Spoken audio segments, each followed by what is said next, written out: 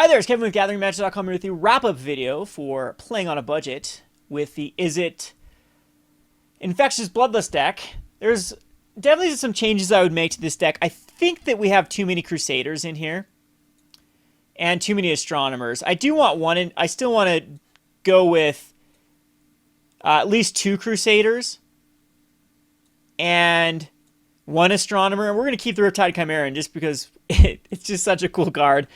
Just our little flavor in here. So Abbot of Keral Keep will come back. We'll play a full playset of these ones. I think they're very, very useful in this one. We probably want to keep that 20-20-20 spread with creatures.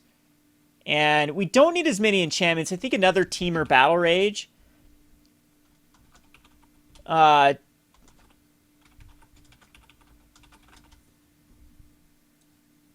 Wants to be in here, if not Sideboard. Then we can bring it in versus those type of matchups where it just shines. Now, our last 2 slots could be a Magis Warhound, but Magis' Warhound actually gets a lot weaker with Meletis Astronomer. I do want it, maybe going up to 3 is the right amount. It's a 2/2, attacks each turn. Is there a heroic? I don't think there's a heroic out of blue. Arena Athlete did seem kind of neat because then we can make things not block. And I guess for now, I'd try an Arena Athlete in here. Over the other ones we have are like Linebreaker gets Intimidate and +2/+0. That's not bad at all. But it's 3 mana. If this guy was 2 mana, I could definitely see him playable. Thaumaturge is just not very useful in this deck. We have a Chorus of the Tides. No, absolutely not. Labyrinth Champion is just too expensive. Sage of the Hours actually doesn't seem too bad because it is. We want another way to put +1/+1 on a creature. Like this is what Satyr Hoplite gets bigger and bigger and bigger. But, and then it makes the Ordeal of Thassa and Ordeal of Purphoros that much better. But this guy, for 2 more mana, I don't know if I can justify it. You're never going to want to remove all the counters for an extra turn, but because at that point, I think that you are going to be so far ahead that that's pointless. I mean, the only way I can think of Sage of Hours is if you're using some card like I think it's called Hubris, which returns all target creature and all cards attached to it back. Like you could go Sage of the Hours, and then I'll show you the Hubris here. But really quickly, let's see if there's anything like Triton Fortune Hunter. That's 3 mana, draw a card. It's just, I guess it is superior to Meletis Astronomer. Other than Astronomer goes through 3 cards and hopefully finds you an enchantment. And then the other one that I thought could be this 1/3, but a 1/3 flyer. It does have evasion, just doesn't quite seem like it's worthwhile. Or the Wave Crusher Triton doesn't seem like it's the right card in this particular deck either. Maybe this just gets too cute if we bring in a Hubris and a Sage of Hours, but it gives more flavor for sure. Arena Athlete doesn't need to be in here necessarily for the Hammerhand. Yeah, I don't like Arena Athlete in this. I think Arena Athlete's better when you're using multiple things that hit multiple cards. So now we have this Hubris. Yeah, this actually seems very flavorful.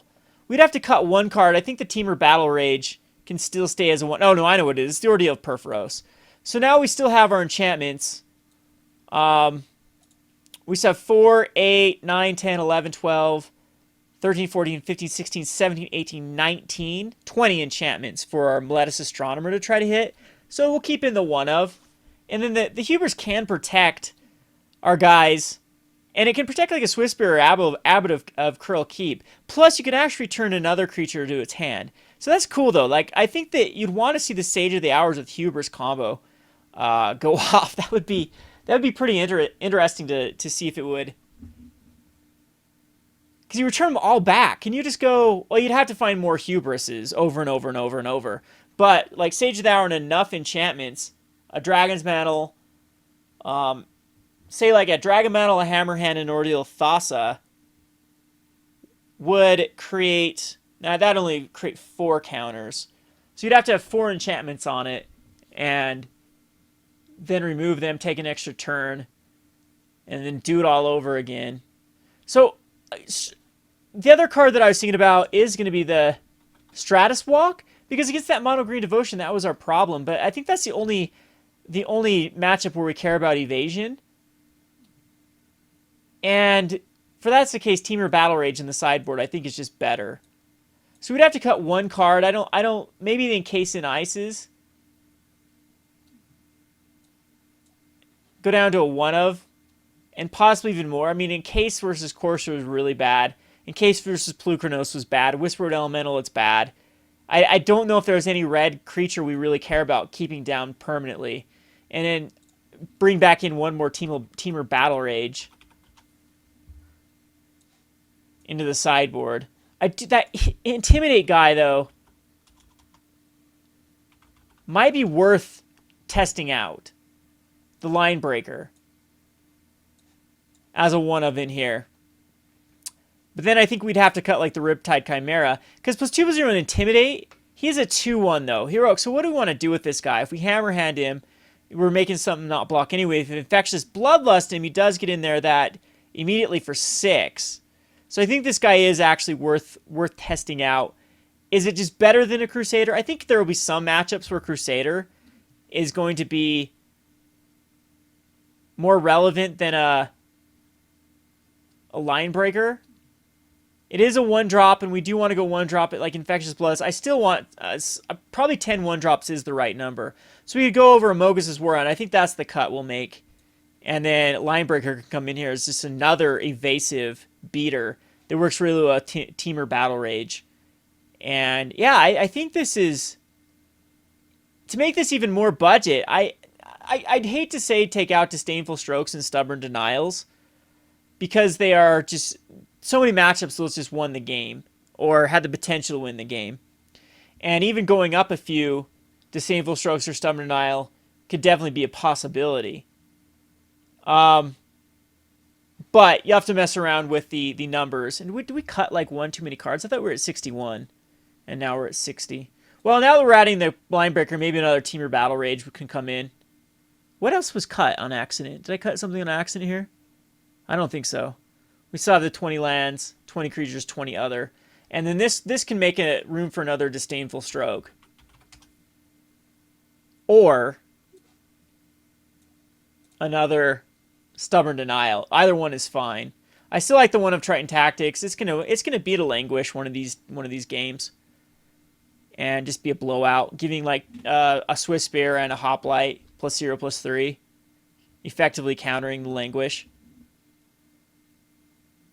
So yeah, I guess we'll try the Sage of Hours. You could add another one in here, more Hubris. Like anyone, like definitely. If you have a lot of success with that, let me know.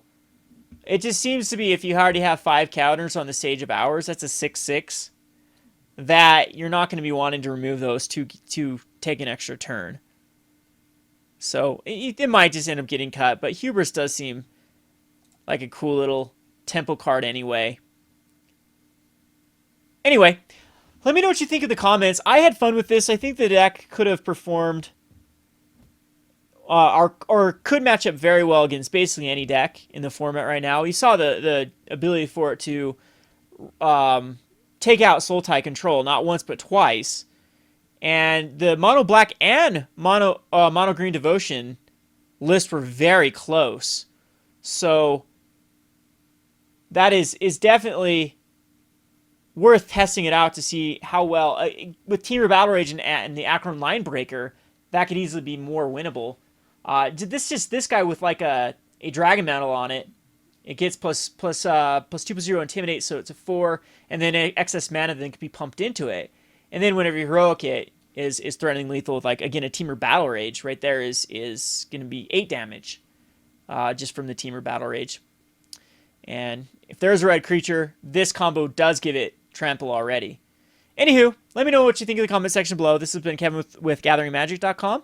And if you enjoyed this, definitely come check out my channel. Maybe we'll play some more of these matchups on my channel, or on Twitch. I am Twitch/Rogue Deck Builder on Tuesdays at 7 p.m. Eastern Standard Time is when I Twitch. We might play this deck some more. I love it. I think it's great. It's a great $50-ish is all it costs. Definitely worthwhile. Kevin with GatheringMagic.com. Thanks for watching.